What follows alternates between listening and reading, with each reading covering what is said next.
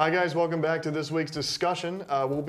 Since Pope reviewed Spider-Man Homecoming, we'll be talking about and going through a bit of the history of the different Spider-Men throughout the film universe of Spider-Man, because he's been rebooted more than any other superhero. Tossed around to different companies, it's fine. So I guess starting off, what were your opinions on the original, like Tobey Maguire Spider-Man?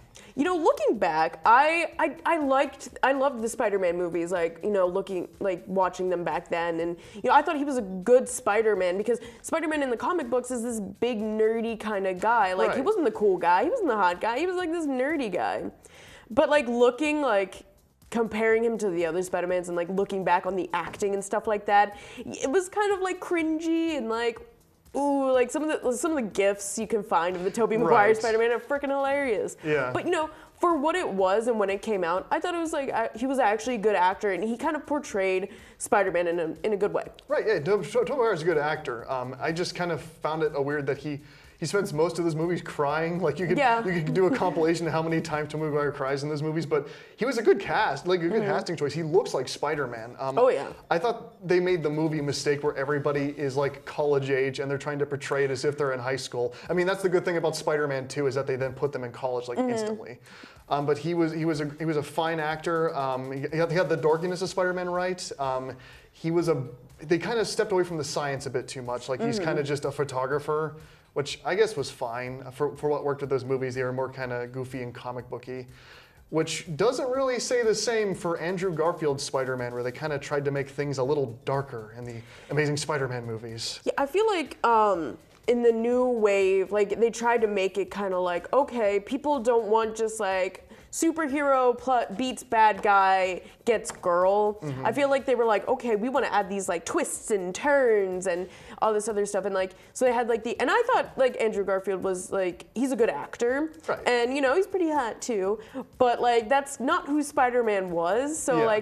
While I like a hot Spider-Man, I'm just no, he's supposed to be this dorky wearing glasses nerdy kind of guy. So I was kind of and I thought the actress, I like the actress, and his love interest in that. Emma Stone? And yeah, I like that, characterization better than the Mary Jane played by Kirsten Dunst. Yeah. I thought her character was just kind of flat in the first sets of Spider-Man. I'm going to use them in sets. And in the second set of Spider-Man, I thought her character was more developed, and it she could stand on her own, whether the first one was just kind of you're here because it's Spider-Man. No, she in the first Tobey Maguire movie, I thought Kirsten Dunst's character of Mary Jane was really good. When they're talking about and how they develop her moving away from her abusive father and stuff that stuff is so well done.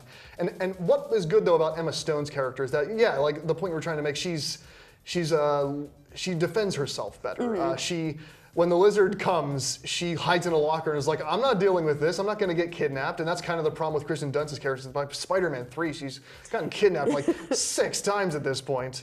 But my problem with Andrew Garfield is that his Peter Parker didn't, like you said, he doesn't really feel like the dorky nerd character. He's kind of, if I'm honest, he comes off as a bit of a jerk, especially in Amazing Spider-Man 2.